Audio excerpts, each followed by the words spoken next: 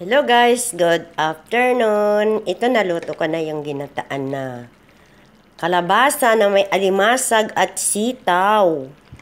Pwede nang kumain guys. Ayan tapos nilagyan ko ng maraming sili. Ayan baka makapagkamalan nila na sitaw. Ayan, hindi po sili yan. Bahala kayo kung makagat nyo.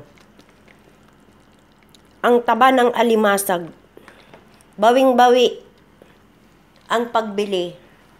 Kahit may kamahalan, at least, bawing-bawi mo. Kasi 30 ang 1 kilo, 2 kilo ito. Kaya, nagmahal na rin kasi dito. Noon, hindi. Mura lang ang alimasag. Kasi lagi kaming bumibili din noon. Nung mga kasama naming mga una. Kaya guys, ito na, kain na po tayo ni. Luto na yung kalabasa Kasi kailangan yan yung half cook siya para masarap.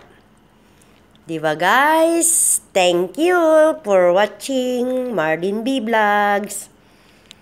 Salamat po. Good afternoon.